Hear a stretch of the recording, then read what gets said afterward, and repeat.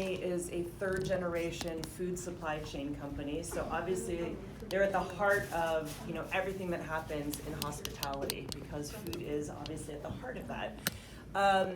Your grandfather started Nicholas and Company, Correct. and I think they're working towards the fourth generation, and his son will be running the company one day. Just to give you guys a little context, I think there may be like 2 or 3 companies in the entire United States. I might be exaggerating slightly, but it's pretty low number of actual third generations running family-owned businesses. So the fact that they are actually going into fourth generation is a huge accomplishment. And this is not a mom and pop shop. This is a big company. They have over 800 employees. So you can imagine, the bigger a company is, the harder it is to not just, successfully run it, but also really create a culture that people want to work at. And so when Melissa came up with this great idea of this coffee and conversation to give you guys an additional resource to prep you for menus, we thought of Peter first and foremost, because I think it's the leaders who really drive the culture of a company, and the fact that they have an amazing culture tells me, and I know this personally because I know them personally, that anybody they engage with, whether they're vendors or their employees or their customers, that engagement is, I think, at the heart of what they have built, and it is vital for all of us, regardless of where you guys end up and what you do in the hospitality industry in the future. It's really vital to have those skills, and so we're so grateful that you're here, that you took time out of your busy day. Just to let you guys know, he flew all the way from Dallas to be here with us and is flying back in a couple hours. So thank you so much. You're welcome. And we are so happy. Yeah, thank you. My honor. Well, thank you, ECF. Thank you, students. It's amazing. Ivana and Melissa, thank you for having me. It's nice to see everybody. So culinary, right? Okay, I'll just tell you, from where we stand, our mission, we have a mission, vision, and passion statement, but I always just say, just simplify it down as we sell beans for a living, right? So you all cook them, we sell them. So I'm going to take you on a little bit of a journey of how we started, and then we'll talk a little bit openly about what you all do or what your goals are, and we'll talk about culture. So as Ivana said, that I'm third generation. I'm actually going to see my fourth generation son. He's a junior at TCU, and he's in supply chain management, and so very excited. I also have a daughter who is a senior here in high school, and she has interest in coming to the company. So it may be my daughter running the company as well. If not, who knows? We'll see what happens. But like Ivana said, my wife and I are co-CEOs and owners of the company. So what she's really good at, I'm not so good at.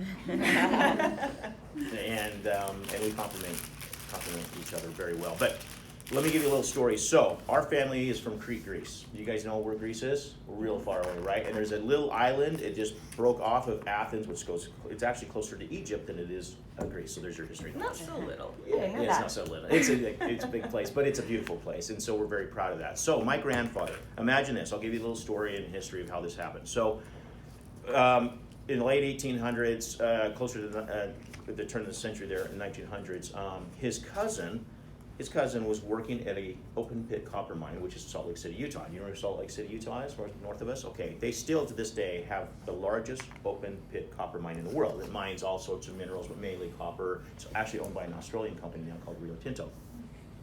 Well, a lot of Greeks and Italians came over on the ships and ended up going to work in the mines. And so his cousin George would always write to my grandfather Nicholas, hence the company, Nicholas and Company, about coming, because Greece was in bad shape. It was horrific. He didn't have great family conditions. He came from 9. It was just really, really tough in the family. And finally, at 17 years old, he gained the courage to take the step and leave Crete, Greece, in a ship to Athens in 32 days in steerage in the bottom of a boat, all the way to Ellis Island. Wow. Ellis Island, he gets to America, and then they have him go through basically a cattle maze. And they had him do crazy puzzle piece, like they would take this round plate and they'd say, okay, put a round plate on top of another round plate. Seems simple, right? But some people weren't educated or knew enough to do that. So they'd put a square peg and a round pole, kind of like, right? They'd get rejected. Or they would check for your eyes. And if you had a disease, they would put it on your eye, they'd put an E. So here's some other trivia. What's the second largest Greek population next to Greece? And it's not America. Australia. Because what happened is they did not want to go back to Greece, so they all went back down to Australia, and they could come to the country, right? So what happens, Nicholas goes through, as a matter of fact, our family donates to the Lee Iacocca Foundation that contributes to all the immigrants that have come through Ellis Island, and it's amazing if you ever get there. They plexiglassed over all the immigrants were standing in line and carving their names in the walls, and there's population as it grew over the time, and where your family, it's a really neat thing to see. But anyway, as he went through, he passed all the puzzle test, the eye test. He could not speak any English. So they basically said, you know, where he's going, he was pointing west-west, and he finally got out of him as Utah. So with a sign on his back, they put him in a cattle car, 2 weeks in a cattle train car, all the way to Salt Lake City, Utah, where he found his cousin. His cousin grabs him and says, come on, Nicholas, I'll take you up and we're going to get you a job.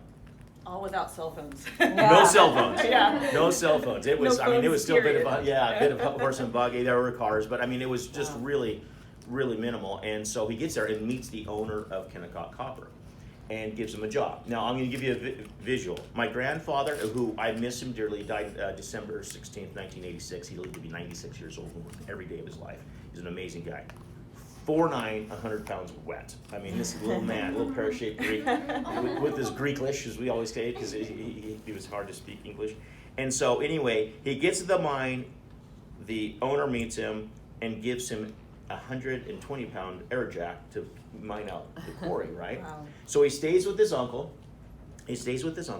and his uncle was working the day shift, he was working the night. 2 weeks goes on, and he comes home, and he flashes this paper, and he goes, look, I just got promoted. And his cousin George looks at him and goes, no, you fool, you just got fired. That's a pink slip. And in America, you get a pink slip, you're done. So they fired him because he couldn't handle the air jack. So he goes and finds some odd jobs in the bars and works his way at some just odds and ends. He ends up, which is ironic, he ends up at a bakery shop that this gentleman had down there and said, you have to earn your bakery route. You have to pay for it, meaning that you would have to go down to the railroad and pick up all the 50-pound and 100-pound bags of wheat and grain to bring back to grind and then make all the flour, right? So when he would go down there, the trains would come in to Rio Grande, which is still there to this day, and there would also be trains that would come in with canned goods. And the canned goods had a bunch of fruit canneries, which is called Fruit Heights up in Salt Lake City. It's north of Salt Lake City. There were 13 canneries there, all family businesses, and unfortunately they're all gone now. But they would grow their apples and pears and peaches, and then they'd can them, put them in the family's label, send them down, and they would go to all to the retail markets and things. Well, Nicholas, my grandfather, befriended a couple of the conductors, and as these guys would wheel off the canned goods in the cases, some of them would fall off, and they just disregarded. So we'd go, hey, Bob, you know, what are you doing with them? Nothing, Nicholas, they have dents on them, so we can't sell them. We'll disregard them. So we'd take those cans, okay, now keep in mind, he's picking up the bags of wheat and flour. He'd take the cans, he would go home, he would soak the cans and take the label off. Take flour paste, all right, and starch, for your culinary students, you guys know how to probably do that, and make his own label, hand-drawn, wrap it around the can, show up to the bakeries that he was selling to, and come up and say, Melissa, oh, by the way, here's your bocce rolls, here's your paninis, oh, and here's some canned peaches and pears. And you're like, Nicholas, what are you doing with canned peaches and pears? What's wrong with them? Nothing, they've got a little dent on them. What do you want? Give me 75 cents on the dollar. Now we're one of the largest food distributors in the country and still family owned, and that was amazing. And he continued to grow and grow and grow and grow. So when Ivana was talking about culture, I will just tell you this. He used to tell me this all the time, and I will go to the grave with this because it's so relevant to everybody. Is that when you look at your epitaph, your last name, he would say, our last name's Mouskondis, and say, Peter, when you die, if they see that epitaph, what are they going to think about you? A good person or an SOB? And that is just stuck with me. It's your name you take with you to the grave, not all the material and all the stuff that you have around you, you know, and the Greeks would always make fun of the Egyptians because they would load up all the product in their tombs and it never got them anywhere. The tomb raiders would come in and steal it and benefit them. And so the Greeks would always say, you live by your name, and that's the only thing that you can carry with to this day. And so it's really, really important. And it's hard, you know, it's you know, Ivana said that we have over 800, you know, team members, which we call them, and growing, and we do. And when my wife started there, I think there were like 50. You know, of course, my father, who's still alive, 87, in great shape, thank God. You know, we go out in the warehouse, he knew everybody. Now it's harder to do that, but to carry the culture. So it's important to get to know people. So as you, in your culinary skills, which you all go off into the world and carry this amazing ability, which is, I plead you, I just praise you. I just think it's amazing that what you're doing is that good name and your skills. It opens up so many doors because of what you do. The industry that we're in right now is $380 billion in what goes through hospitality. But it's about 1 degree of separation. That's true. Because you speak a language in the hospitality that nobody else does. When you become a chef, a sous chef, a pastry chef, or could be just the dishwashers. My grandfather said never upset the dishwasher because that dishwasher may own 5 or 6 places, which I've seen happen. There is something you can walk into a restaurant and literally say, chef, I'm so-and-so, I went to culinary school. It breaks every wall, it brings things down, right? And so, when my grandfather, I was blessed to be with him the whole time, and I'm very blessed to still have my father, and they would always talk about, do never crack the culture of your foundation. It's what you are and who you are, and it makes up you. I can't teach it, I can only tell you about it. You can feel it. When you come into Nicholas & Company, you will feel something different. There is something different. There's a word that we use, and we have to translate it from Greek to English because there's not an English translation. It's called philotomo. It's really the love of honor, to do what's right, to right the wrongs. And it's beyond hospitality. And so that's something that we want to teach our team members and that we want people to feel, whether we're going in to meet with a chef, or we could be meeting with a dishwasher, we could be meeting with a driver. It's really, really important that what we do, we feed the world, right? I say we sell beans. I galvanize it down and distill it down to the lowest level, and you cook them. But it's really important that what we do, we are saving lives, we are bringing people together. You're building a skill unlike anybody else because you know how hard it is, right? You're putting in all these hours. It's tough on your back, right? And sometimes you feel like it's a thankless job, but it's not, because what you're doing is providing something that the world does need.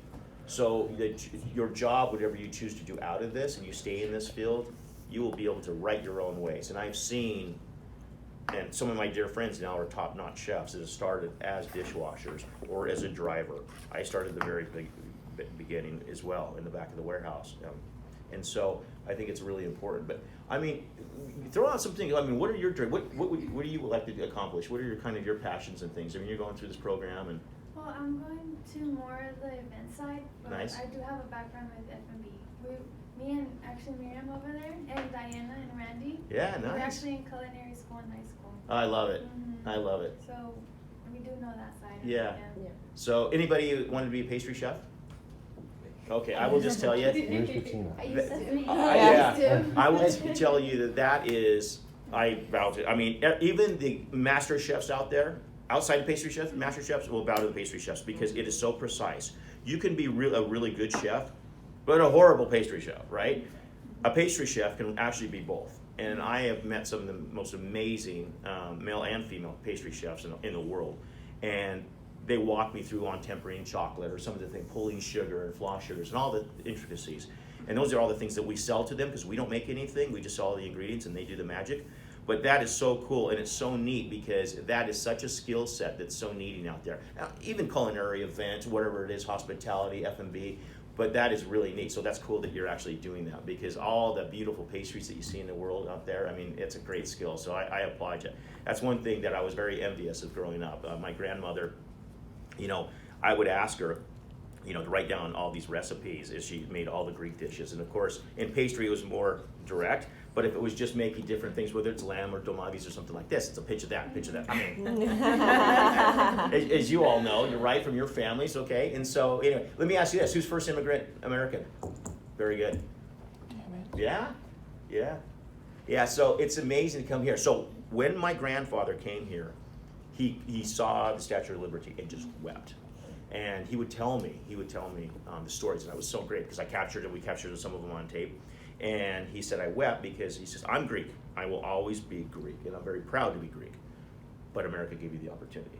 Mm-hmm. And so he never left that mindset. And he said, I will make my money in America so that I can go back and visit Greece. And so that's what we try to do every year. Now I have, we're in the 4th generation. My children, we go back to Greece, we try to go back every year. Of course, COVID kind of put it on pause, unfortunately. But it's important you do not forget your roots, right? And it's important that you continue, whether you have children or you're just with a good friend or you're out having, coffee or dinner, that you know where you came from, and it's important. Kind of like when you dress up. You kind of feel a little bit better, right? A little more swagger in your step, you look nice, whether it's heels or nice flats or a jacket for a gentleman or a nice shirt, you just feel better. When you're in your culinary whites, a lot of respect, especially when you walk into a kitchen and you've earned it, right? You earned your stripes. When you walk in and you have your whites, I don't care if there's a person in a tuxedo, you will command the room. And that's important because they know that you've earned that, right? And it's so important that you continue to make sure that what comes out of your mouth or the way you present yourself is important, because I know it gets rough in the kitchens. My son was doing 18 months of dishwashing for Chef William up at Red Rock Country Club. That was his first job, getting it all on his own. And the first time, I'll tell you a fun story, just to let you know on dress and know the environment. As he was going out the door, he's in some nice sweats, a nice shirt and all that. I'm like, what are you doing? He goes, I'm going to work. I said, you changing? He goes, no. I said, you're dishwashing. You're going to get wet. No, because he thought better than anybody else. As he came back at 2 o'clock in the morning, drenched, I looked at him and he goes, I know, I'll never do it again. Right? So you have to know your environment, you know where your working skills are, and it's important. So I was just telling Melissa when I came here, it's actually nice to put on a jacket and dress up a little bit, because in the office at Nicholas & Company, we used to be coat and tie every day. For the men, the women, not as much, but it would be presentable, right? And then Nicole says, we need to lighten it up. And that really was my dad's rule. As my dad became kind of exiting the company, Nicole says, and her background was HR, she says, we're going to lighten up on Fridays, no tie. So then we started relaxing a little bit. And the executives still will wear jackets and at their discretion, not necessarily a tie, but it's really about knowing your environment. So if I'm meeting with a casino owner, I'm in a coat and tie, maybe not a tie, but depending, I just got, you survey the room. If I'm meeting with a chef, I may be in a jacket as well. It depends. If I'm meeting with a procurement director, I may be in a jacket. They don't expect it, but it's me, and it's just who I am. And I'm not going to change for anybody, because I think that's proper for me. That works for me. Other people may say, I'm going to just wear a really nice shirt or a sweater, depending on how the weather out there. But I think it makes you present yourself a little bit more. All right? So I'm going to give you another tip that I learned, especially being in the hospitality town of Las Vegas. Why? Because it's so international. Business cards, right? I heard you talking about business cards. You guys all do business cards? Okay. You guys bring them, girls and guys? And I'm going to tell you, I learned a valuable lesson with my father. Our big thing in our business is to make sure that the customer knows we're there, because at the end of the day, the customer pays our paycheck. Okay, they're writing. They vote with their dollars to choose to buy from Nicholas & Company. So when we go in there, we're saying thank you to them by not only thanking them, but buying from them. So any of the restaurants that you go to, let them know. I mean, whether you're friends of me or you're the culinary person or you're in sales, let them know that you're there, because that's your way of saying thank you, to put money back in. It's a circle of life, right? It doesn't have to be the fanciest restaurant. It doesn't have to be the most expensive. But as we say, just like in our business with the chefs, and all you people in hospitality, events, F&B, it needs to be consistent. You go to that restaurant because it's very good and it's always consistent. As I tell our sales team, you don't keep going back hoping it gets better. It's not going to happen. So you need to be consistent in the way you deliver, service, price, everything that goes on, right? So the business card. So when I became a salesperson for our company, my dad took us all to lunch. There's like 6 of us, and we're sitting down, and he goes, "Okay, business cards out." Everybody took their business card out, right? Took it out, and they put it down. Guess who didn't have theirs? Me. And guess who ended up having to buy lunch? That was the rule. So I did that to all my executives. So now they know to carry their business cards. The other thing is, and I'm going to use you as an example, is that when you present a business card, now not all times, but especially to pack rim, to Asian families, Asian culinary chefs, any of that pack rim side, right? Look at me. You're gonna look him in the eye. This is my business card, right? Right side up, okay? Has my name on it, something like that. And present that way, okay? Now you can present if it's just if it's Ivana or Melissa, or just you can present it one hand, but usually that's the most proper way. They're gonna know you're in culinary, hands down. I've taught more of my friends, and these are highly educated people that just had no idea. They're like, "What are you doing?" I'm like, "Watch." So they take it, they will receive it, just like you handed it out to them.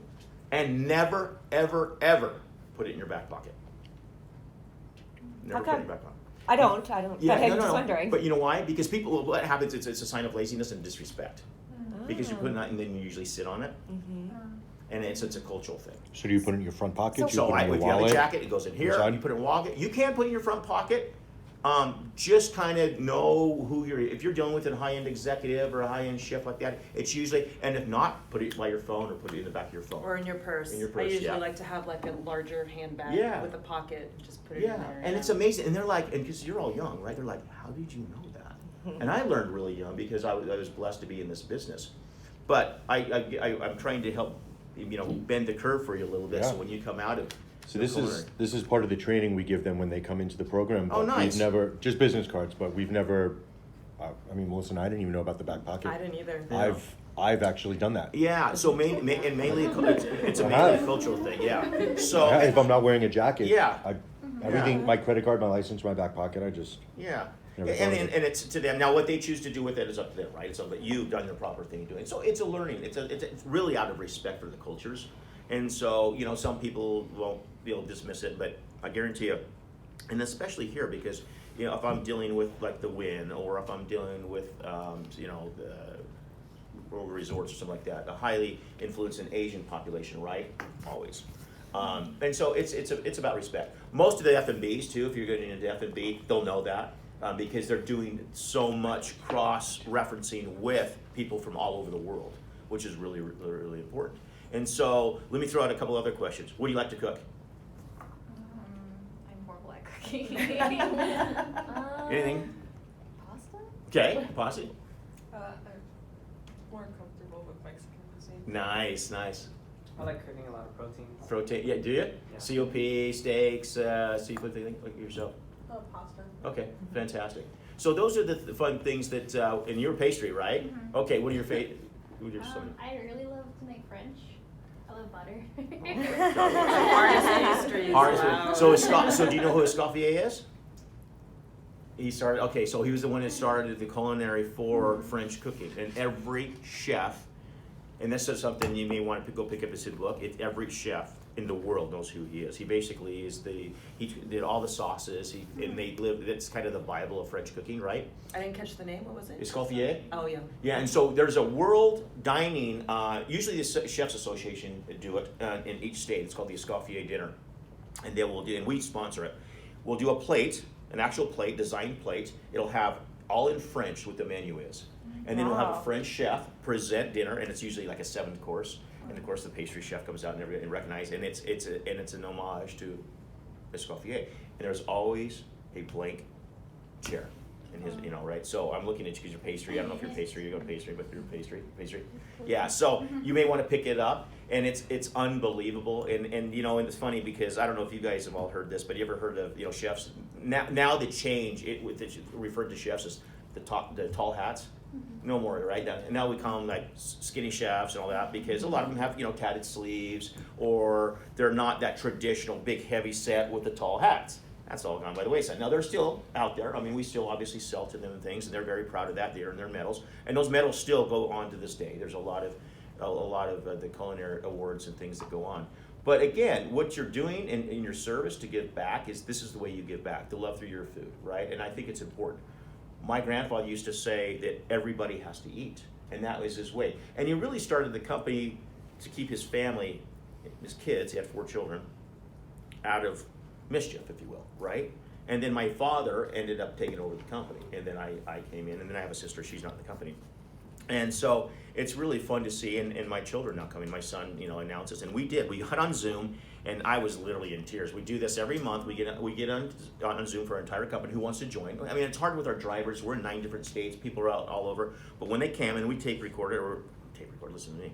We record it. Do you guys know what a payphone is? You just No, aged I'm just yourself. kidding. No, I aged myself. I was like, oh my gosh. And so we record it so they can come back because there's a lot of like HR and insurance information and what the company's doing, all that. But it was so cool because my son Nicholas, I named him after my grandfather, came in and says, I love what you guys do. Let me backtrack. He started 18 months doing dishes. In our family, they have to work outside the company for 4 years. They have to have a master's to be an executive. They have to be interviewed by our current executives at that time and our outside board to come aboard. So they have to work all the way up through there. Now, Nicole is very sharp. And she was saying that she didn't want them to come work for us. Why? Because our name's on the front door and our trucks rolled down our billboard. And she says, we're not going to let you tarnish our name. Well, what did that do? It made them want it even more.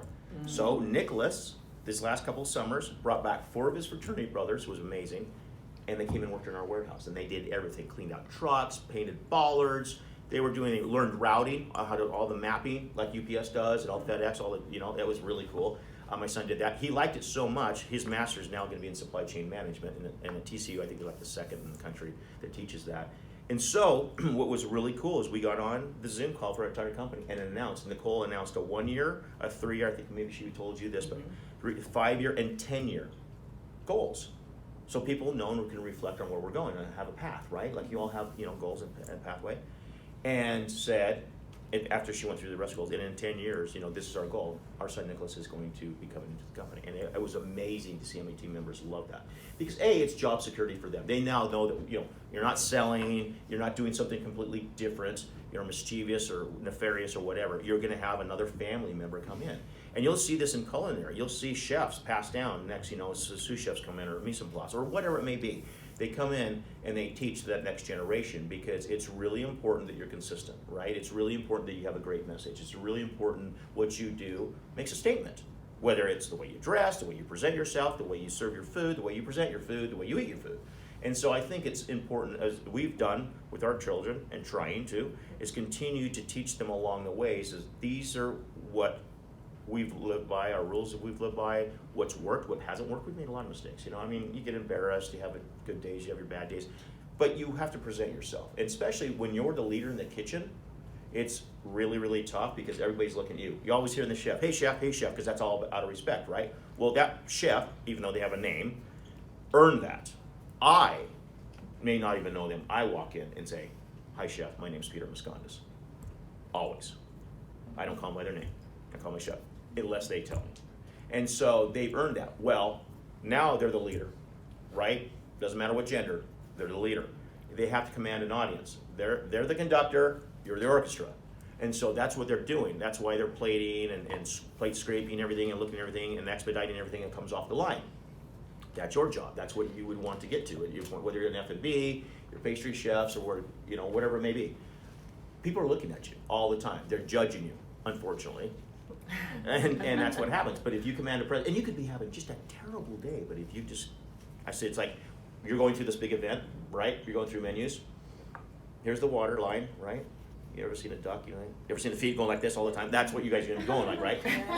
But you're going to be like this, and nobody's going to see below the water line. But you're going to be, how do you? Perfect. It's great. Everything's fantastic. The place could be burning down. You're like, it's unbelievable. You got a great team. I lean, and you lean on each other. You can't do it alone. Listen, we could do it alone. My father, he tells me all the day, God's blessed our company and our team members extremely well. But we can't do it alone, right? We have to all be in this together. And that's why chefs become really, really good at who they are and aspire to, because they work with great people on the lines. They're right and left hand people, right? The dishwasher. If that dishwasher is not there, game over, right? Who's cleaning the pans and the spatulas and everything else? Because it's going to be a nasty kitchen, and nobody wants to eat out of a nasty kitchen. So, these are the things that I've learned. It's been fun to see, and it's neat to see, what you're trying to all aspire to. Let me ask you a different question. So, top chefs, who wants to run their own restaurant? Mexican? I actually want to open my own Latin American pastry shop. Oh, fantastic. I know pastry chef will help you too, right? That's it. Okay, so you're a restaurant. Who wants to be head chef? Jack, executive chef. No? I don't No. think we. I'm gonna run that. You will do it. You'll do it all. Okay. Owner and chef. Yeah, Well done. food and beverage director.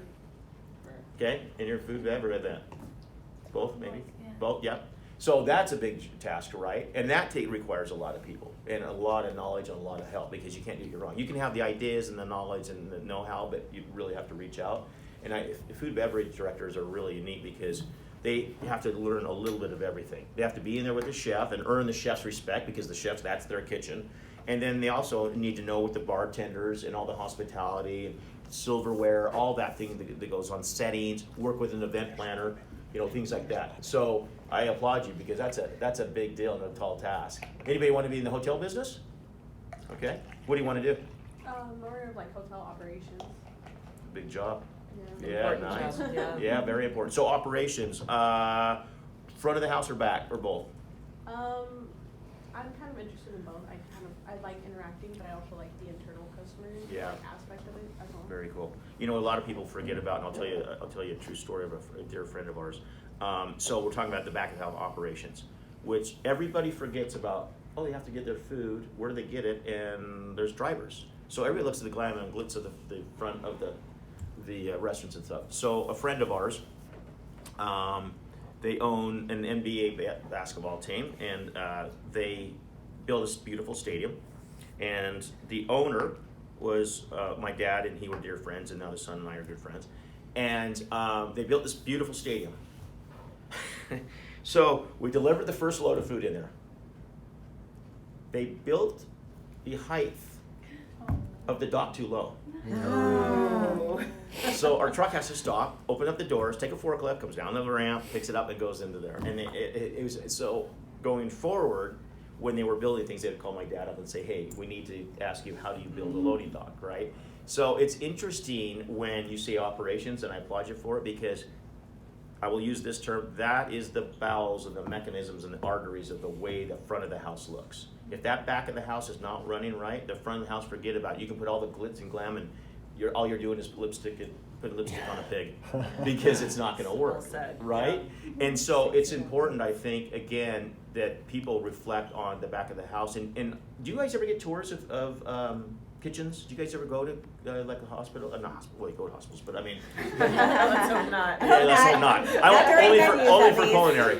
But like the back of the restaurants. Do you guys ever do tours? of the Before hotels? COVID. Yeah. Yeah, it's been a while, but yeah, we've toured the back of the convention centers, Oh, good. hotels, some restaurants as well, which has been really great. We need to have you up at Nicholson Company because you're going to see where all this food comes in. It's interesting to ask people where the food comes from because people think it's grocery stores, and it's completely wrong. You are in a class all by yourself that really runs the world. Before COVID, food service culinary surpassed all retail by 1%.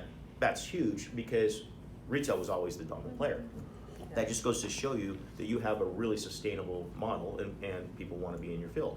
And that's good for us. It's job security, right? Because people want to continue to open restaurants, hotels, whatever. It could be hospitals, could be event centers. Because we sell to all those prisons, unfortunately, jails, schools. We sell to all those national accounts. Your Raising Cane's, your Burger Kings. We have a whole segment we sell on that too. So it could be one mom and pop shop that just opened up a Latina restaurant, or a Greek restaurant, one place.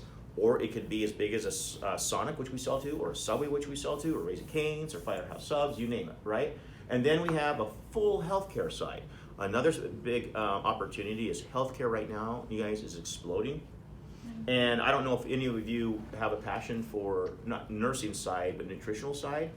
That's a big opportunity. They make really good money. It's all studied about nutrition and how to pair out a menu with the correct size, servings, and nutritional values to all sorts of patients, right?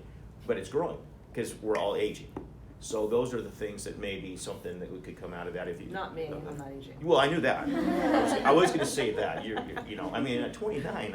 I know. It's unbelievable. But it's so cool to see what you're all doing. I was just honored when they asked me to speak because this is what we do. I talk a lot with my hands. I'm Greek. If I sat on them, I couldn't speak. That's why you're so dynamic. I have a question for you. Yes. So back to the hair on fire moments where you're the duck and all the paddling is happening under the water line. I would love to hear about an experience that you have had where you have had to, to your point, shown a good front. And is there any tip that you can give us, whether it's a breathing tip or what you think about or leveraging your teammates? What do you do to calm the butterflies in your stomach and that hair on fire feeling inside? I'll give you a great example. So when I was in sales, I'll give you two examples. So I was in sales for my father, and I opened up Park City Market. It's a resort market. So it's a high-end, high service, high touch.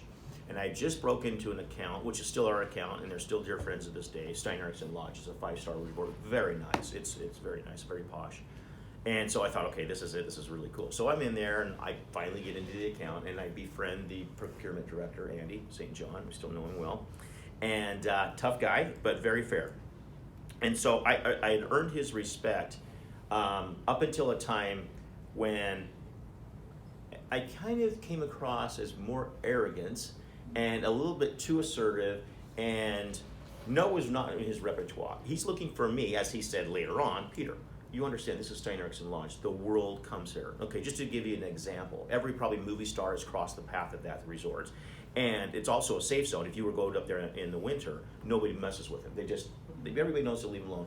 But it's also $2,300 a night, minimum of 3-night stays, right? But they do everything. They heat your ski and boots on your skis, get all your passes. I mean, it's a dynamic. So I go in there, and I'm feeling pretty cocky. I'm walking in there, and he's like, "Hey, I need this and this." I said, "Yeah, I'm not getting that for you." I said, "I'm busy. I have this." And he goes, "Really? Okay, no problem." And didn't say anything. So the next day, call him up, go to get the order. Nothing. The next day, for 6 months, he didn't buy from me. It was my largest account. Yeah, that hurt. So I went in there, practically, begging and pleading on my hands and knees, and said I apologize and stuff. And he put me through the paces. And then he told me, he says, "Look, and he and I connected. He was just a wonderful mentor for me. I mean, he had a lot of respect of the procurement people up there and all the resorts. He was a well-liked guy, but he was tough and demanding because he worked in a tough environment, demanding. And he said, if I'm going to buy from you, you're my go-to. You understand, if that Nicholson Company truck does not show up to my dock, game over for us. And so I'm relying on you every day, any more than whether you're pastry or culinary or event, F&B. If you don't perform, game over, right? So I had to bite my tongue, swallow my pride, apologize, and still keep a straight face, and going into the rest of the meet with the F&Bs and the chefs, why I wasn't selling to them, and humbly apologize.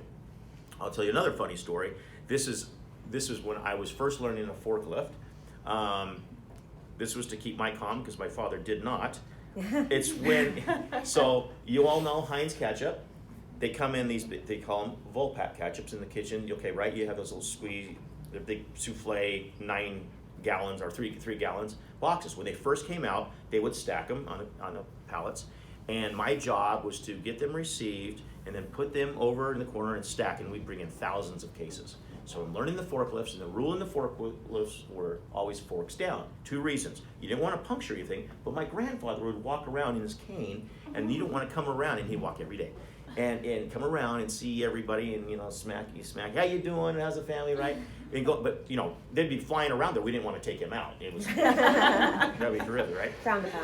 Yeah. So anyway, I'm driving this forklift, and I'm going around, and one of the guys, I'll never forget Javier, as long as I can live, he's like, forks down. I'm like, as I turn the corner, right through the ketchup. And he's like, whatever you do, don't back. As I'm backing up all that way, it looked like a murder scene. Oh. Gallons of. Guess who comes rocking around the corner at the exact time it happens? My father. Omar, help! What's that? I won't tell you what he actually said. So he goes, don't you know? Forks down. And Javier is just mortified. No. He's like, I said, it's not his fault, it's mine, I know it. And he said, clean it up. It took me all day to clean this stuff up, right? And the guys are just laughing at me. So Friday was paycheck time. And everybody would go up to the managers, and it was like we'd leave at 4 because we'd all come in early and work the shifts. And they said, I don't have your paycheck. I'm like, why? He goes, your father has it. Oh. So I go into his office. I said, Dad, he's, yep. And I said, hey, I just wanted to see if I can get my paycheck from you. He goes, yeah, you sure can. And he goes to hand it to me. And I go to grab it, and he takes it and goes, and he throws it at me, and he says, and that's for all the ketchup you destroyed. So when you make mistakes in the workforce, be like, at least it's not with ketchup. Yeah. That's right. It was a humble start. But you know yeah. what is But- so interesting that I noticed in your story? You immediately said it's my fault. Yeah. You know, we all make mistakes, Yeah, of right? course. Yeah. And Own up putting to it out there and knowing we'll fix it as a team is so important. Yes. Instead of saying, I don't know, his fault or her fault Yeah. or whatever, you know. Yeah, own it. Yeah, that was a good one. It's, you know, and you'll get in those positions where your immediate reaction is to blame somebody or do something or just say I didn't do it or walk away. You know, it's hard, but it's also discipline. Sure. You're all young. I mean, we all go through it, you know, and even, I don't care. I mean, my dad would still say, he's still learning and he'll still make mistakes. And I think that's, if you can acknowledge that and you can build a good team, you have good mental empowerment, if you will. It's hard, you know, and COVID didn't play well. You know, I think, you know, I travel. I think people have lost their minds. I mean, they don't know how to dress, travel, say thank you, may I please, you know, I mean, just Yeah. basic common skills. They don't have to dine out. I mean, they're yelling at people. I mean, it's just, yeah. And so I have to, you said breathe? Breathing's a huge thing. As a matter of fact, my dad would tell me in the military, you breathe 5 big breaths when you're in an environment, whether it's you're scared or you're in an environment like you're on the line and you're like, okay, I've got to make sure this happens, or you burn something or whatever, so you just take it all in, right? Or just find a happy place, or just if you're sitting at your desk or if you're at the stove, wherever, just try to find that zen that you can find kind of just to get in peace with yourself. Because I'll tell you guys, we're in a rockin' industry. Food's sexy. It's cool. It's not going away, but it's high demand, right? And everybody wants it. And people want it, you know, they want it now, and they want it yesterday, and they want this, and they want this. I mean, you know, I see the coffee's in here, and being in the food business, we learned to drink coffee just black. So I always joke with my daughter when she goes up to Starbucks. She goes in there, I want to imagine the gas got cinnamon, like, I'm like, okay, after 15 minutes. And then I go up and said, I would like a black coffee. And they look at me like, And? I am the devil. Would you like this? No, just black. Would you like this? No, black. And I'm like, and then you can just see him processing the whole thing. It's like, do you know how to make black coffee? Just pull the lever. So, you know, it's kind of crazy what the world's gone through. But at the end of the day, those ingredients that you're dealing with, and whether it's pastry or you're making a cocktail or you're just cooking or COP, right? They're basic ingredients. And what you choose to do with them to make that magic is going to be your signature. So again, going back to what I said, to don't crack the culture of your foundation in your name, is that remember that when you go to the grave, you're going to look at your family, you're going to look at that, your friends, you're going to look at that and say, you know, good person or SOB, what do you want it to be? So again, it's an honor. You know, and ask me questions. You know, I'm here to help you as much as I can, or I'm an open book, so I'll tell you anything. And Is anyone nervous about menus? I think we should both be raising our hands. Yeah, well, for a different reason. But so can you tell me, obviously you're great at sales, you're great at making these connections. When you first meet someone, how do you make a connection with them? Yeah, and that is a great question. So the biggest thing my dad, and I'll tell it on to public speaking, excuse me, hello, is my dad kind of just threw it into me, and I would travel with him all over. The one thing I was very blessed is he would go to these food buying conventions. A lot of them were here in Vegas. They were clear back in the Sahara, then with the Caesars and the Mirage and all over. And we, think about this, we buy things from all over the world. If a chef wants white French truffles or they want spam, my favorite. we get it, yeah, right? We'll get stuff from all over, from Greece, Mexico, Italy, everywhere, right? Poland, Yugoslavia. It's incredible, the stuff we bring in. And so when my dad would go on these buying conventions, he'd always have me with him since I was 2. Now, when I was 2, I wasn't really comprehending anything, but it was kind of him to make a statement that the next generation's coming through. But then when I became older, right, it was really probably when I became 16 and kind of into my own, I was more confident because I was going up to these are major manufacturers and owners of companies. And I would feel comfortable the more I was around it, right? It's like the more you're around the kitchen, you know, I got this. Or, you know, you've always heard, I got this. It's really putting yourself in that position to put yourself out there. It is sometimes scary. I mean, I still get knots talking to people to a point until I get there. Because my dad would say, if you're not nervous, you have a tendency to be worse, right? You want to be a little bit, you know, nervous on this. Especially when you're plating for like the Escoffier dinner, right? Or for other chefs. There's not, and I talk to the best chefs in the world. They still get scared. Daniel Boulud told me, I still get scared if I'm presenting to Thomas Keller. or something like that. And that's not scared, just nervous. Because they're looking at it and he thinks, oh, I'm gonna pick it, and they're not. They're not. Most of these chefs, you know what they eat? They love, if I told you this and you don't repeat this. You know Spam? They love it wrapped in a little bit of bacon. Because they eat their stuff all the time. They just Wow. wanna chill. Throw back the sweats, kick it, you know? And so a lot of the top chefs will tell me that in a little tongue in cheek, but they're like, hey, we're around their stuff all day long and stuff, and we don't judge. You know, now if they're going into a competition, all the more so, right? They're really focused, they're really on point, but I think that's really where you put yourself out there, you put yourself around good people. I mean, take somebody with you, and then try to speak. So publicly speaking, my dad, I used to be scared to death, and my dad's really good at it. And he kind of threw me into it by speaking in front of managers, you know, and tell them what you want in the warehouse. I started in the warehouse and getting in front of those leaders. So this is really, I think I told you guys with my daughter speaking in an airport. Mm-hmm. It is a great story. So my son he's very intelligent, but he's very introverted, you know, until he sits down and gets to know you. And then he's like, hey, you know, whatever you jive with. He likes cars and he likes animals. So if you hit on that level, he's an open book. My daughter, she talked to butterflies, she talked to anybody. She's always outgoing, she's amazing, she's a rock star. She wants to be the first female president of the United States. Yeah, she's amazing. She gets that from her mother, which is incredible. So we were in Hong Kong. We were coming through. Oh, the kids were going to Thailand because they were doing they were helping save injured elephants, and which was amazing. And we left them out in the jungle, and then we went back home. But we're past Hong Kong, so it was a leadership actually for them, which was incredible, and it grew a lot.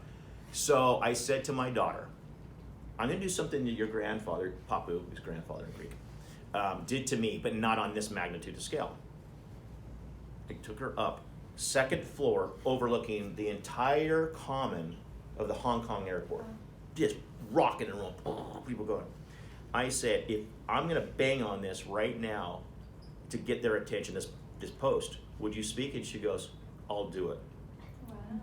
And so I could bang on that thing, and I said, Nicholas, oh, he ran the other way. He was like, I'm not doing it. So the point is that over time, when they were little kids, we took them everywhere. Nicholas was 1 when we went to Greece. Alexander was 3. We took them to all the restaurants. And the reason why my friends would say, your kids are so well behaved, and they'd have their moments. Adults have their moments. But it's because they didn't know any better because they were always going, right? So they didn't know a different environment. If you lock somebody in a closet and they don't know the environment and you bring them out, they're like, they're going to be scared. So it's putting yourself out there. So I would bet, and just tell me, just throw it out there, when you're all in your kitchens, do you feel nervous? When you're all together? Right. You could command, hey, Johnny, Betty, give me this, right? I need this on 5, I need to fire this, I need this, right? Does it sound like I'm in the kitchen, right? So, other than the swearing. And you feel comfortable. Put your mind in that ease, right? Don't look at people, say, they're all in their, naked or they're in their underwear. That's just stupid because you just start giggling. And then they want to know what's so damn funny. But the point is you put yourself kind of in that mindset of, hey, I feel comfortable, pinpoint a couple people that you know. I sat you like this for a reason. Because I could be at the head of the table and it's great, but then it's really formal. This is a coffee talk, or if you're from Backy, coffee talk. From Backy's what I would say. And so it's getting relaxed. Bring it down because they're just as nervous as you. The good news is you speaking, you command the room and they're all there for you, right? You're the person. And so they want to hear from you and there's a reason for that, just like the chefs or the F&Bs. When you get to that level, you command respect. You don't have to be an ass. It's not about that. It's being a good leader, admitting when you're wrong and doing that. But getting out there and talking to them. The more you can get there on the floor, as we say, get it on the floor, front and back of the house, working with the drivers, the receiving clerk, everybody. They'll love you because you're out there with them. It's always the people at the ivory tower that they got the palm olive hands that never want to get their hands dirty, right? Who's going to respect them? Like I told my children, Nicholas, do you really think if you became president or a manager tomorrow, anybody would respect you? Absolutely not. So he starts at the bottom. And everybody in the warehouse knew that because they're like, oh, that's my boss. I'm like, no, that's not your boss. he's going to work for you. And they're like, oh, okay. And they did. And so he knew that, and I still think Mr. and Mrs. and depending where, ma'am, some people don't like that, but depending if you're in the South. It's really trying to understanding your environment. Again, going back to knowing your audience. And so when you're in the kitchen, kind of frame yourself in your kitchen, you guys command everybody's, when they walk in, like if I walk into your kitchen, it's your kitchen. Somebody should announce themselves before they walk into your kitchen. And that's really, really important. And when you command that presence, take that exact moment in time and just project that if you were in my shoes, like coming in here. And so, I knew because they told me kind of what you're looking for, but not knowing exactly what the environment's going to look like, I didn't know we're just going to, it's cool, we're going to hang out, right? I could have thought this was going to be a lavish boardroom, or it's going to be a college, or a classroom setting. No, this is chill. And that's really what's fun about it is just to kind of break bread together, as we say, and get to know each other. Because I'll tell you what, you're our future. It's job security for all of us. I've got a fourth generation. We'd love to see you all getting clone there, and we would all love to see you buy from Nicholas and Company because that's our shameless plug. But we have to earn it, right? You have to earn that. We're not going to be perfect, but we want to do right by you because you have chosen to partner with us any more than you have handpicked somebody to be your mise en place or your sous or whatever it is. You need to make sure that person, and sometimes it doesn't work out. That's okay. But you gave them a chance, and then now it's on them. Somebody gave you a chance, right? Somebody gave us all a chance. So, yeah, it's awesome. I love this business. Super high demand, specialized, if you will, but everybody has to eat. And you're doing the world a justice right now, especially right now during the world. Supply chain is such an interesting term and such an important one because it literally means if one chain breaks, the entire thing falls apart, which means all of you and all the work that Melissa and the board members are doing to prep you for that, you guys are the future. So if there's no future of this, there goes the supply chain, right? So think of it that way. When you're speaking to VIP, they know and understand how important it is what this organization is doing to prep you and how important you guys are for the future of this industry. One of the powerful things on greeting, especially the VIPs, right? Now, look, understand this. They're no different than you. And they're going to come in there and, and some may, have a little bit of an edgy attitude. It's the best way to break it. Shake my hand. How are you? Welcome to Menus. Nice to have you. And they will just like, whoa, whoa, whoa, whoa. Okay. Right? And if they pull back fast, grab their hand a little bit harder, just a little second harder. And you'll command their, you'll command their performance because they're like, oh, wow, nice grip. You're like, oh, what's your name? Nice to have, and when you do that, it's breaking down the walls, right? And I teach my children all this, and every time with a server, every time. May I please and thank you, right? Simple words. Again, with COVID, people not gotten. It's just simple stuff. But when you're there, because some of you will be greeting and passing the tickets or checking everybody in, whatever you're going to be doing, you're going to be interacting with people. So they're going to expect a friendly face. Okay, that's a given. You want to do that. So when you do that, you may not want to. It depends if you're, if you're walking the floor, you may be shaking hands. You probably won't be shaking hands, as you're checking them. But just look them in the eye. May I get your name, please? Oh, welcome. And it's just those simple things, but the eye contact's powerful.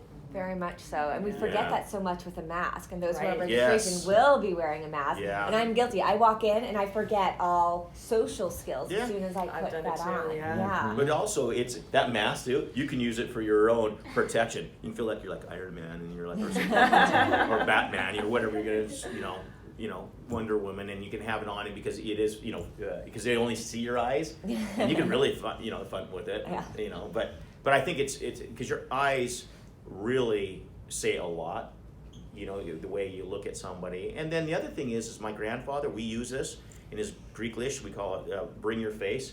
He would always, especially with a new customer, would want to meet with them personally, right? And if he's collecting money or whatever, because he'd say, I need to, bring your face. Because he wants to sit down and they want to see a cadence of a person, because you can see if somebody's lying to you, or if they're not quite comfortable, or if they're jovial or happy. There's nothing more powerful than sitting in front of somebody and having this conversation or having a conversation, right? Zoom's not going to do it. You can kind of see it, but that's still, it's not foolproof, and definitely not over the phone or text or email. That's why it's important that in our business, we want it to be less transactional. I mean, the order taking, all that stuff, all the technology is there, but I will just tell you this, if I didn't show up to see the chefs, there's no reason for us to exist. They want to see the owner, they want to see the decision maker, they want to meet the person. You're all going to be in that position someday. Regardless of what position you are, you'll be in a leadership role position. You're going to either want to meet them, especially if you're picking vendors, right? Whatever it is, they're going to want to meet you, and it's important, but not over the phone. I mean, when you're running a big resort or restaurant, or you're opening something, they need to come to you, and that's okay. You ask them, and they will. You know, and it's important. And then you build those relationships because, you know, we have relationships that go so far back. You know, now, again, some of these manufacturers are in their second, third, fourth, fifth. Some of the distributors that I know, they're in their sixth generation. I mean, that's a big deal. But as you get bigger, it's hard to command, right? So it's important that you just, again, it's just simple basics of like walking out into the dock and saying, thank you for what you do. Can I help you with anything? Buy somebody donuts, buy them bagels, you know. We still do that at Nicholas and Company. I have an incorporated executive chef. He'll make lunch for everybody. You know, the drivers that come in, you know, and these drivers are rock stars. Think about it. They're in and out of their truck all day long. 180,000 degrees here in Las Vegas, or it could be in West Yellowstone when it's 75 below, serious. And they're delivering in and out all day long, those trucks, up and down those ramps. They're exhausted, and they see the customer more than our sales reps do. They are our first line, just like healthcare. And we treat them like gold because we tell every salesperson, you see them, you go up. I have salespeople that will pull them over and buy them lunch or go grab them a coffee or a Red Bull or whatever. It's simple gestures. You don't have to go on, you know, it's not about going out and paying them $1 million. That's not what they're looking for. They want gratification. They want to be known, and they want the gratification of you recognizing them for the hard work and recognition, right? You want to be. I mean, if somebody says nice job, you feel good about it, right? Yeah. And menus will be the same thing. When you get it all done, throw your own self a little party because I guarantee you it'll all come together perfect. Yeah. So it's awesome. Amazing how little it takes, right? Nicole told me a great story actually a few weeks ago about, I think you guys were taking your kids on some trip, maybe up to Washington. Sundown. The driver? Oh, okay. Saw the driver. Yeah. Well, you tell the story. No, let's go. Oh, so we were in Sun Valley, Idaho. We were out there for Thanksgiving, and all of us drove up there, and so my parents had already left, and we were coming back down through the city. And Nicole goes, hey, there's one of the Nicholas Company trucks. I said, oh my gosh, let's pull over. So we flip back around, the kids are in the back seat, flip back around and pull up, and he's willing to two-wheel, and I jump out, and he recognized me.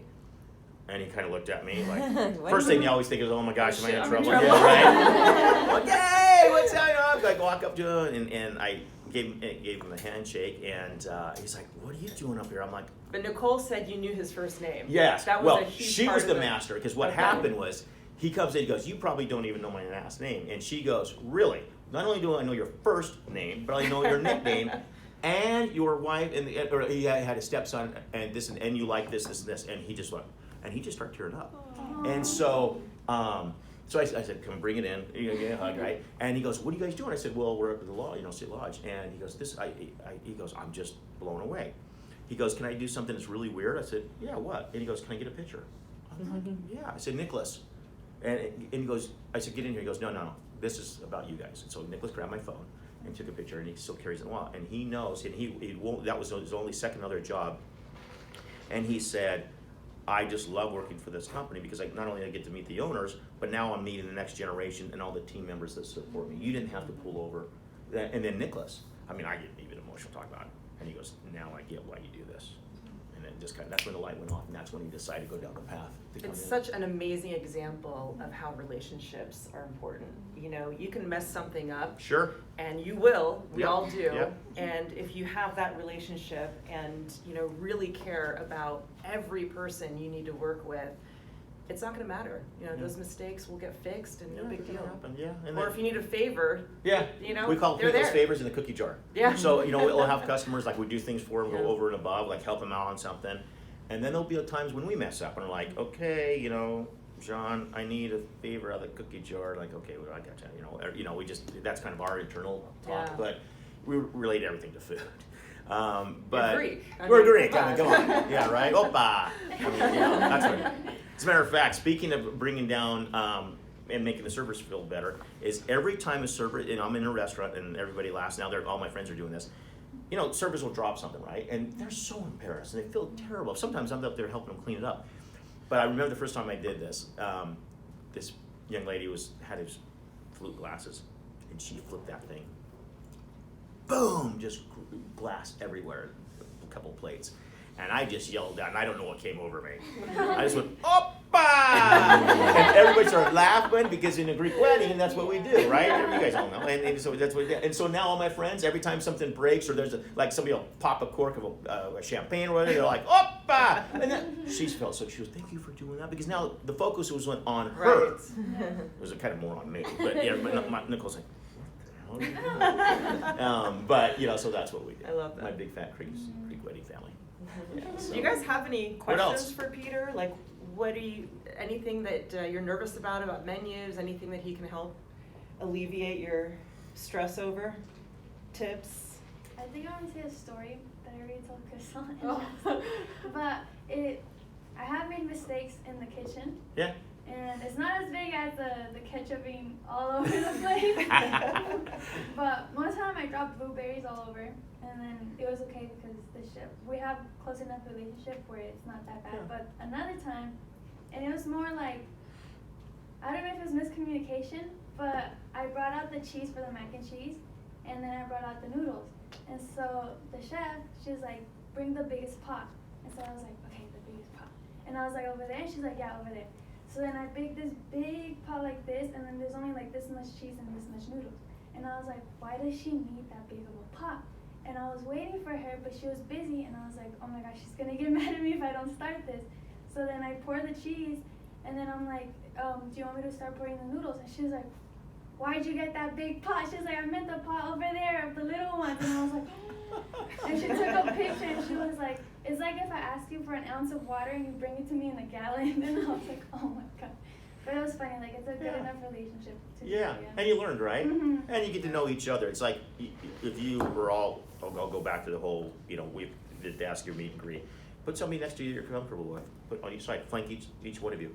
You know, and then you come, because if somebody does get aggressive, you've got people with you, right? And so, because we're in the people business, and people get, there's sometimes people are weird in the world, but the fact is they all have attitude. And so if you're flanked by somebody, you put yourself in that, it brings that down a little bit, because they'll hopefully, as you go and greet them, or you say, oh, welcome, and then they'll bring down their cadence a little bit better, because you just kill them with kindness. Right. We do that. We do it with our team members, because sometimes they have a bad day, and we're just like, We're all human. yeah. And that's a great story. I mean, Yeah. everyone has some type of stress involved, especially in that environment that you're describing. And there's always something else going on. It's never about you. So if you remember that and you just help them out, it's never ever about you. Yeah. Promise. And if you want to have something really fun, that they did this to me, and I was searching for this for, I don't know, probably 2 weeks. This is so for the new students that are coming in, and they're in the kitchen. This is for you, and you didn't hear this from me. When they're getting stuff for you all, right? I mean, there'll be something to grab them. Have them go get a bucket of steam. Have any of you heard that? You probably heard that. Mm-hmm. Yeah, so Andy St. John, the guy that disciplined me up at St. George, also did that to me and says, hey, by the way, the chef, he needs a bucket of steam. I searched for 2 weeks. It doesn't exist. I mean, and I walk up in the kitchen, they were dying laughing at me. And finally, what an idiot. Being humbled, it's okay. But it's all good, but I earned their respect because I busted my butt trying to find buckets of steam. So that's fun when you can do the new freshmen that are coming in for the next class. You gotta have a little fun. It's harmless, it's fun, but A little initiation. yeah, it's a little initiation. I mean, there's fun stuff, but yeah. Well, I feel like it makes you feel more part of the group. Like, Yeah, oh, absolutely. Oh, you can it was joke funny. with each other. The joke at Nicholas and Company was, if my dad didn't give you a name or pick on you, you're dead person walking. I mean, you wanted a nickname, or you wanted him to talk to you or give you a hard time, because that's how it was. Because you feel like you're part of that, sorority, fraternity, whatever. And that's really what culinary is. It is one big fraternity, right? I mean, it's all encompassing, and it teaches so much, and there's so much to learn from it. It is very hard. You picked one of the hardest jobs out there, but it's also the most rewarding, and you touch the most people, and it's your way of giving back. And if something, and you've been blessed in the world, it's pay it forward. You know, it's not a cliche, it truly is. If you've been blessed in your life and you've done something that really made an impact on somebody, you know, it goes a long ways. And, you know, and it's a story to be told. Also, you know, tell where you've come from and put it out there, you know, and that's it. Just take an extra step, put yourself out there, put yourself around good people. There's a lot of negative energy out there. You don't need it, you know. But when you're in your environment and the kitchen's humming, man, there's nothing better. Everything's working on all cylinders, and that's why great operators, to your point right there, that's why they're successful. Great teams. And right here, you all could probably take over one of these casinos and double what they're doing and do extremely well. But it's also knowing where each other is and your skill sets, right? And that's it. You're just interacting, and you're just doing it, and you're getting paid to do it. That's what's fun. Leaning on each other. Yeah. Right? Yeah, it's no different than, I mean, you know, even in your home life too. It's tough because you're dealing with family members, and, you know, love gets involved and feelings and all that stuff. But, you know, I think that you put yourself in an environment that is in the kitchen that you really enjoy and everybody else around it enjoys, it makes it a lot easier. And it doesn't mean you're not going to have a bad day, because that helps. But if somebody's having a bad day and you recognize it, go pick them up.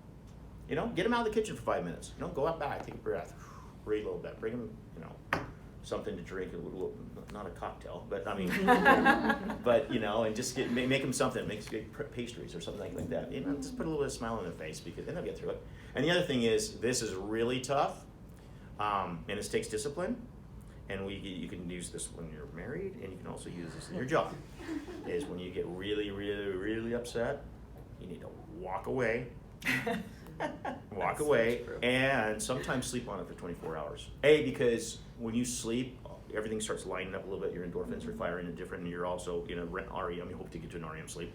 When you wake up, you look at the solution a little bit different. You usually can solve it. Also, you don't want to be upset with your spouse or significant other. You know, it doesn't. You know, my grandfather used to say, never go to bed angry, because it just carries on. And so it was good advice, and he lived by that. So you know, it's an honor again to be here. I'm excited about your event. You guys are going to kill it. You're going to make a ton of money. You're going to meet some great people. It'll be fun. I know you're also probably stressed about it, but you'll see Peter there as well. Yeah, I'll be there. I'll jump in there if you want me to jump in there. Yeah, I'll kiss babies and shake hands with you. It'll be cool, man. Throw me in the back. I'll take the jacket off and throw some dishes down. It'll be awesome. Fire off some plates. Yeah. We could take some of that chocolate and throw it to a couple people if they get it. You know. Well, you know what? Peter is going to be at the event. He is a supporter of ECF, and I think one of the great things about having him here is everybody wants to meet you, and so you're nervous. Everybody on that deck is there for you. Mm-hmm. And that's really eye-opening to me, because even I went out there and I'm running the event, and I was terrified my first year. And I say that all the time. I was like, what if people don't like me? What if they don't want to meet me? Everyone's there to meet you. Everyone's there. They want to know you. And if this is the guest, your average guest, he's literally flew back here to get to know you and to talk with you. And so you have to remember that they want to meet you. So business cards, handshakes. I had no idea about the pocket thing. So we'll have to figure that piece out, because they're all in jeans. Maybe they'll have their little pocket on their shirts. Eye contact. And you have to make people feel good about being there. Thank them, appreciate them. And that's all it really takes. What other advice do you have as they're walking around? Well, I do think, again, the buddy system works pretty well, because, it's kind of, it's this big event and all these people walking around and everybody thinks they're somebody, right? I didn't say that, but but I'm among you and I'm safe. This is a safe zone, no judge zone. Right. But, grab a buddy. Yeah, you have to cut that out. No, but it's fun. It's fun for them too, because they get to see some old friends alike, right? And they're meeting new people, and it's like kind of it is the who's who of Las Vegas, and so it is a nice event. People like to dress up and have fun, so that's the first thing to keep in mind. So they are there to have a good time, right? You want that experience to be good, so buddy up with somebody, walk around, whether they need a cocktail. I don't know your they can't get cocktails. Yeah, okay. So they can't do cocktails. Not but, everybody's 21. Yeah, got it. But if it's helping somebody out with a pastry table or hors d'oeuvres or getting something, or somebody has an issue, knowing where an exit is, bathrooms, simple stuff. It's called housekeeping rules, right? When we go into a manager's meeting, we always say, okay, housekeeping, here we're going to do. We're going to open up for 5 minutes. We're going to take a break in an hour or whatever. Bathrooms this side, if they don't know. Bathrooms this side. Know your environment, especially for you all, because if there's something that does, negative, if something goes down, You want to know where those exits are. You want to get people out of there, right? It's really important, especially because you're going to be in hospitality. Your jobs and your leadership roles require that. And so it's important that they feel comfortable, they feel safe, you know the environment, you know the program. If you don't know the answer, get somebody that does. Again, maybe it's a buddy system, getting it up from them. Thank them profusely, over and over. It never gets old.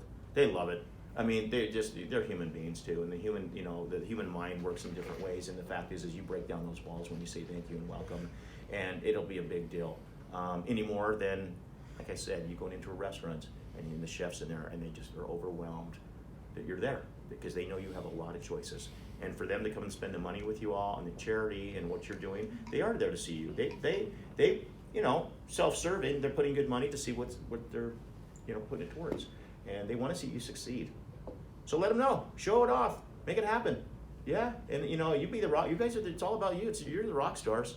These people, they can come and go, and you'll see that. But it's really about what you do in the foundation and what you give back, and that's on you.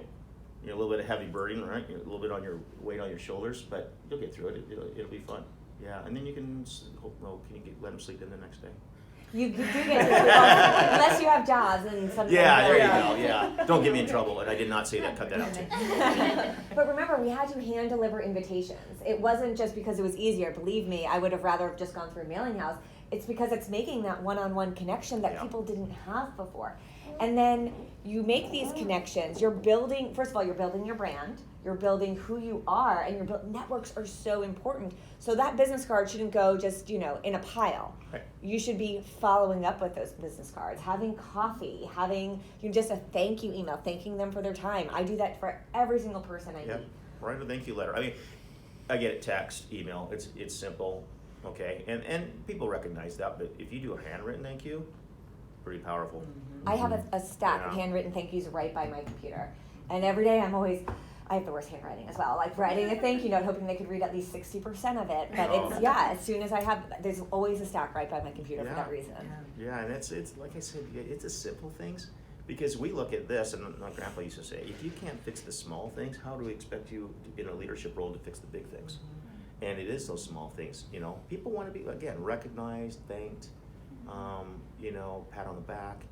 And I think it's important, any more than those people walking through the door, whatever walk of life they are coming through. And you don't know what they're going through at that point in time, But they're there to recognize you, okay? And they should be thanking you, and I think they are with their dollars. They're there to support you. But it's important they also know that you are their next future.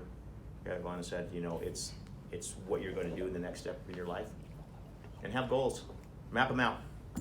I think you already have a hard stop that I missed for you. That's okay. We're gonna get going here. Okay, I'm so sorry. I just asked him. That's okay. Yeah, that's great. you See, have this to is a catch problem. I could go. I told them I could Catch speak a for plane. days. You all, I know you have to catch a plane. Yeah. Does anyone have questions for Peter before he goes? I have a question. So I can relate to your son Nicholas because I'm very introverted as well. Yeah. But something I struggle with when I go to conferences or events is just finding the timing or the right timing to talk to someone or connect with someone. So if you have any advice on that, because typically they're there with someone else and they're having a conversation and I'm like, oh, That's a great I really want to question. Yeah, that's a great question. Really want good to meet question. you, but you're talking to someone else. So When you enter the room, usually what I do is I enter a room, kind of scope out the room and then go there with an agenda, right? So if you're like, I want to meet so-and-so, if somebody knows them, grab on and say, hey, I want to meet them. They'll go up, all right? It's okay you kind of find your timing and you'll get really good at this over time, but you can the best thing is just stand in the periphery so they can see you, right? And they know they want to talk, they'll say, oh, do you want to talk to me or this person, right? That's the lead in. That's when you go and reach your hand out, look at me, hi, I just want to introduce myself, so their cadence will drop. Nobody's gonna turn around and say, hey, listen, if somebody does, they should be smacked in the face. But And I'll do that for you. Yeah. Grab, again, the buddy system, grab somebody that may know them or you think that knows them, right? And if you don't, that's okay. Just get in the periphery. I do it all the time. If I don't know people or whatever, and I'm in, these big conferences, I'll walk up and I've met some of the most outstanding people in the world that people are like, I can't, and my son says, Dad, I can't believe you just walk up to that person. Well, it's not that I'm rude and get in their face or in their space. I'm just standing so they can see at the corner of the eye, or maybe I'm standing just off to the side, and then they'll see that you're waiting. They'll be clued into that, and then that's when you can deliver your I just want to introduce myself here, especially at the events, because they're for you, and they shouldn't be there if they're going to be like that, right? I mean, somebody should escort them off the property. You're not going to deal with that. But I think that's the best thing. I remember my dad used to. That's how he did for me. He'd leave. Oh, this is my son. Meet so and so. Meet the president of Heinz. Meet so and so. Meet Warren Buffett. Meet blah blah blah. That's how I met some of the most powerful people in the world, and all the way down to the dishwasher.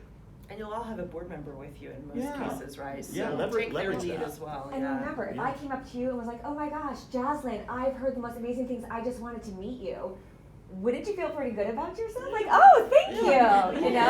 I feel nervous. So it's always intimidating, but realize if I just came up to you and was like, I just really wanted to meet you, Yeah.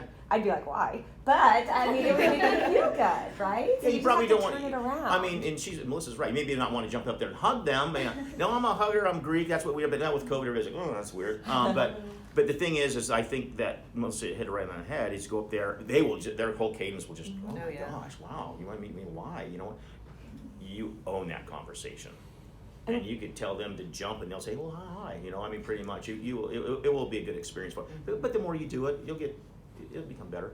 Yeah. It's just your nerves, just typical. But they're probably just as nervous as you. And if you do a little research ahead of time, to Peter's point, if you guys have like a list of 3-4 people that you really want to meet, do your research. You know, understand their background. All their bios are online. You know, really get to know them enough to know what to ask them, and that will really resonate with them as well, of course, because it'll be more authentic conversation. And maybe the people that are going to help you place into a great role in a job. Yeah. Always. Right? Yeah, and you can absolutely. also ask them, just say, hey, I'm getting ready to graduate, here's my skill set. They'll say, okay, what are you looking for? I'm looking at this, could you put me? Call me. That is so powerful because those connections are, listen, we're in the people business. It's all about connections and who you know, right? So I think that if they're able to do that, and they do, and they tell you to call them and take them up on it. Nobody offers unless they want to do it, Yeah. and that's a really good thing to remember. But you never know who knows someone else. I mean, even as we're sitting here, you know, with Peter, he has how many connections in town? So you were like, well, I don't know if I want to work in supply chain, but you never know who's just going to be a really great resource or mentor for you just from passing. So Such remember, a small town. it is everything is 1 degree of separation Yes. here. Yep. And it's funny you mentioned Andy St. John because he emailed me on something for a silent auction the other day. Really? I just know the name because I Nice. don't know anything about him, Yeah. but somebody was like, "Oh, It's he's." Steins? I don't know anything about Okay. him unless there's more than one Andy St. Okay, well, John. it could be. That's a Yeah, chef. maybe, yeah. Somebody's like, "Oh, he's going to donate an auction prize for something," so he could be a Interesting. different chef. Yeah, but maybe. I just saw the name. I know nothing about him. That's it came awesome. through. Could be. I have no idea, but yeah, you just happened to mention Yeah. the name.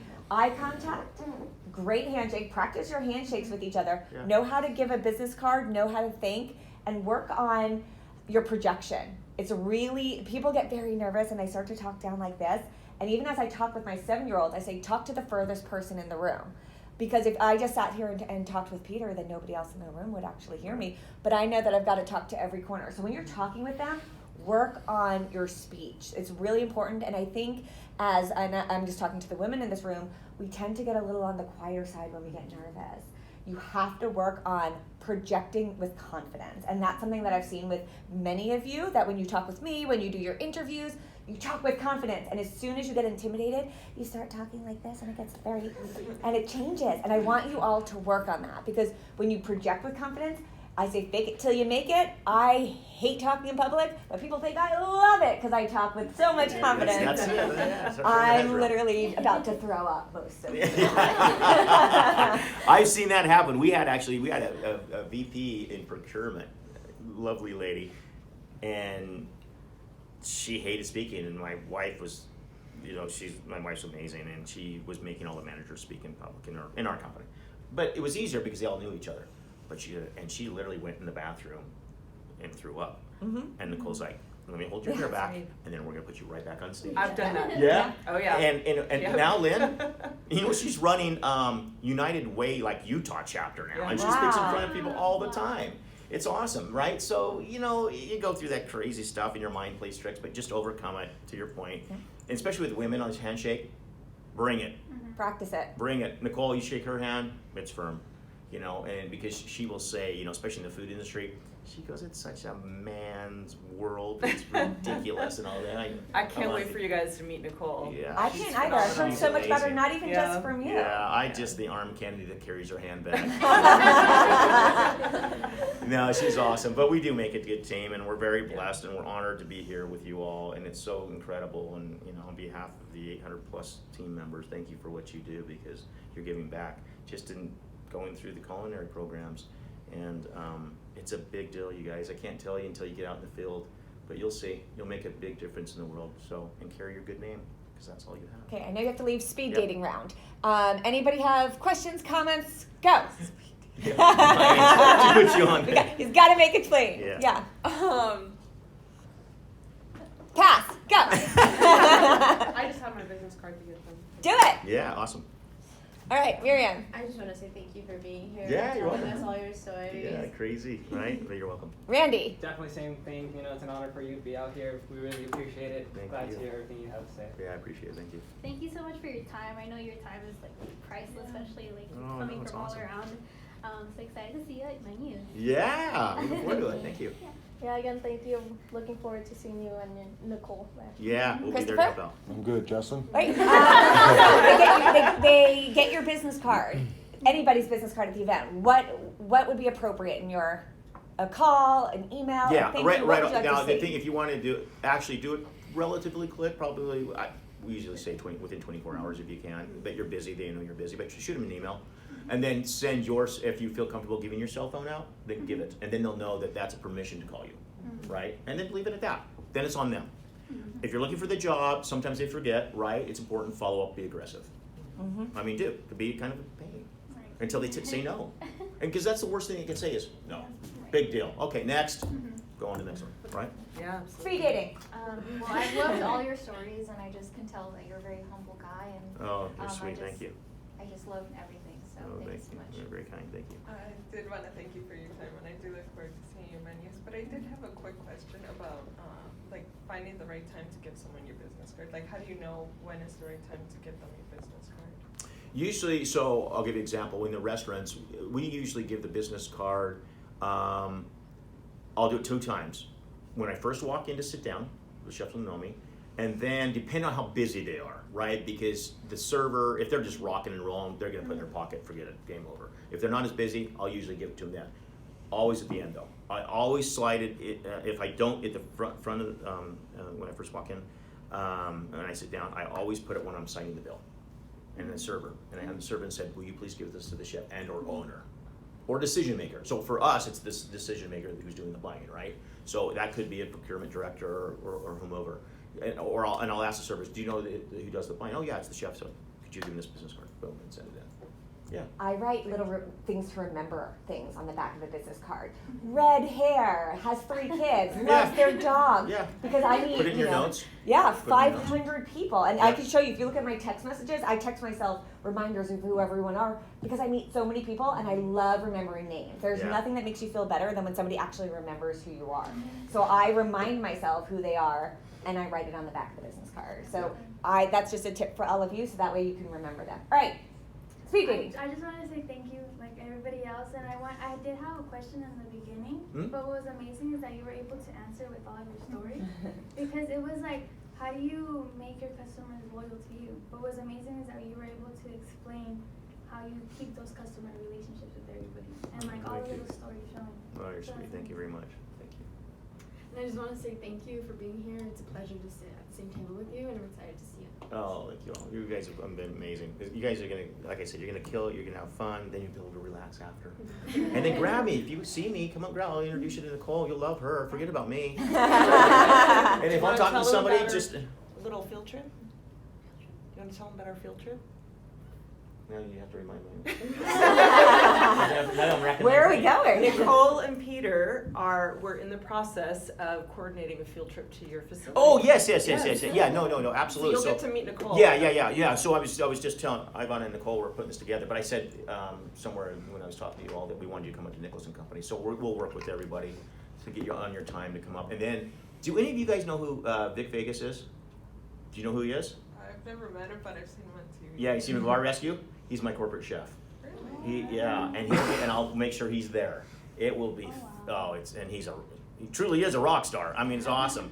And, but a great, humble guy, very talented, really good in front of the camera, but really good in front of people. So I love going in with chefs because you want to talk about breaking down walls when chef to chef.